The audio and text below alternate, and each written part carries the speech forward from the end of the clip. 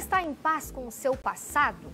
Muitas pessoas não gostam nem de tocar no assunto, né? E muitas vezes relembrar alguns momentos pode até ser uma tortura. Os motivos? Algumas tiveram vivências ruins e marcantes. Mas por que é importante olhar para as dores? E como parar de sofrer pelo que já passou? Sobre o assunto, eu recebo o criador da reprogramação biológica, Maurício Valente. Boa tarde, Maurício, tudo bem contigo? Boa tarde, Patrícia, tudo bem? Gratidão mais uma vez pelo convite. Imagino, o prazer é todo nosso de recebê-lo, ainda mais para a gente começar a semana, né? Vamos começar a semana falando sobre um tema que para muitas pessoas pode doer um pouquinho, ser uma ferida aberta, mas é uma forma de te ajudar, viu? Pensa nisso, foca nisso. Maurício, como que os acontecimentos, por exemplo, da infância, elas podem estar marcando a nossa vida agora adultos, por exemplo? A primeira infância, Patrícia, é o momento mais importante da vida de um ser humano, né? Então, se você colocar da barriga da mãe até os 5 anos de idade, é a fase mais importante. E até os 7 termina ali a primeira infância. Então, é uma fase onde a gente é uma massinha de modelar, né? Eu falo que a gente é um HD virgem de computador. Então, ali vão sendo inscrito todas as informações da nossa vida, as coisas boas, mas, infelizmente, as coisas ruins também, né? O que é uma coisa ruim? Na verdade, uma coisa ruim vai muito da percepção de cada um, né? Então, é a maneira como aquela criança, e a gente nunca sabe, às vezes os pais não estão com toda aquela atenção necessária, né? Os pais estão muito na correria, tendo que trabalhar, prover a casa. Então, a gente não se atenta muito a entender de que forma a criança teve aquela percepção. E isso, Patrícia, vai influenciar em toda a nossa vida adulta. O que a gente é quando adulto, a gente é um reflexo dos programas que eu recebi dessa infância. Tá? Só que aí, quando eu chego na vida adulta e eu tenho comportamentos indesejados, sentimentos esquisitos, muita tristeza, pensamentos suicidas, depressivo, que mais? Problemas de relacionamento, às vezes eu não paro, eu não associo com a minha infância, né? A gente acha que a gente é autossoberano quando a gente é adulto e esquece. Então, talvez aí seja uma hora e uma dica para a gente olhar para o passado. Entendi. Mas muitas pessoas, Maurício, podem estar falando assim, Patrícia, da minha infância eu não lembro muita coisa. Eu sei que hoje em dia eu tenho alguns sentimentos como esses que o Maurício falou pra gente. Agora, às vezes eu lembro de coisas do meu passado mais recente, por exemplo, da juventude, da adolescência, e esse passado me faz sofrer muito. É a mesma coisa ou não? Faz sentido, porque assim, nós temos na mente, uma das partes da mente é o nosso ego. Então, o ego, ele quer te proteger. Então, quando a gente encontra uma pessoa que lembra pouco do passado, já é o primeiro indício de que tem coisa lá. Então, assim, eu não quero me lembrar da dor. Então, o ego te protege para que você não sofra. Mas seria lindo se isso não nos influenciasse. Aí, ótimo, né? Eu esqueço, mas isso não me influencia. Mas a questão é que ali na vida adulta, isso vai vir de alguma forma. E vai vir de forma intensa. E aí fica mais difícil para eu me resolver, porque eu não lembro de nada. A proposta da reprogramação, sem dúvida nenhuma, não é você ficar vivendo do passado. Ninguém quer que você fique curtindo aquilo. Mas a gente tem que aprender com o passado, Patrícia. A gente tem que olhar para lá, ter a coragem de olhar para lá, para entender quem eu sou hoje. Tá, e como que a pessoa faz para olhar para esse passado? Como que a pessoa faz para olhar para a sua infância? Perfeito. Ela pode fazer isso de uma forma, ao entrar no mundo do autoconhecimento, então imagina, parte tudo de uma queixa, né?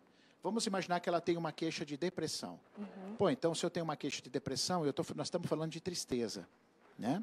Então eu começo a investigar.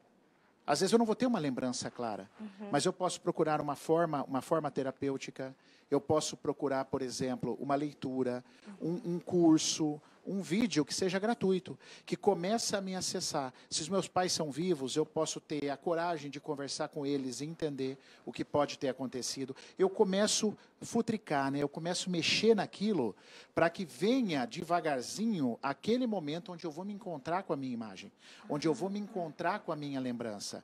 Mas eu preciso querer. E isso não é viver, não é viver de passado, não é ficar sofrendo. Isso é ter coragem de entender para reposicionar o seu presente. Aí existem técnicas que a gente aborda no consultório, né? Trabalhos, tarefas que a gente passa para que a pessoa consiga, mas tem que ter o querer.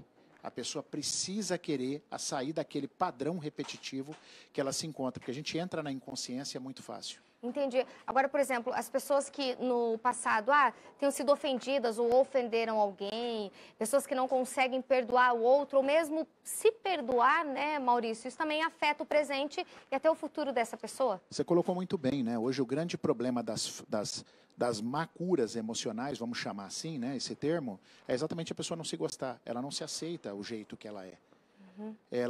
Porque talvez ela lá no passado, mal sabe ela que ela não conseguiu agradar os pais, ela está numa neurose violenta e ela não consegue se amar, ela não consegue se aceitar. E aí não consegue dar o passo para frente. Por que isso é importante? Porque assim, eu não vou conseguir voltar mais no passado. Passado recebe esse nome porque já passou.